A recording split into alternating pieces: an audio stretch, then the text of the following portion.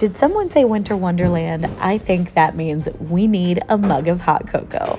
Let's dive in. First, right off the bat, we are going to keep this nice and simple. We're going to paint the outline to cause the actual shape of our cup to take place, along with painting that nice little handle.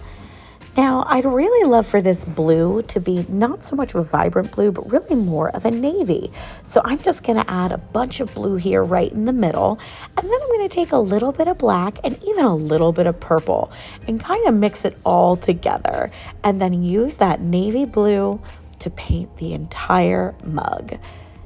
This, I've got to tell you, is because I just love the look of the old school stoneware, the old school type of cups and cookware that's that navy blue with that white splatter on it.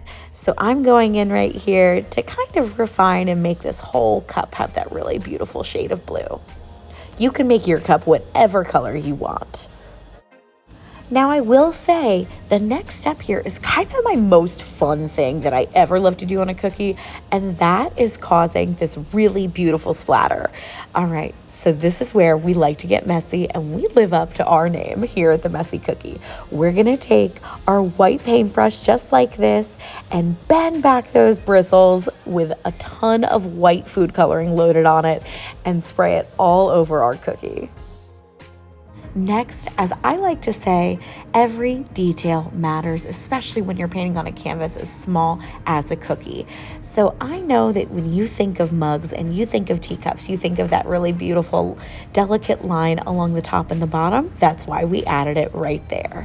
Next, we want to take our black ink, our black food coloring, and kind of give it that illustrated hand-drawn feel. So to do that, we're not going to do a perfect outline, but kind of loose just like this, as you can see here today. And there you have it. Was that easy or what? How beautiful is your cookie?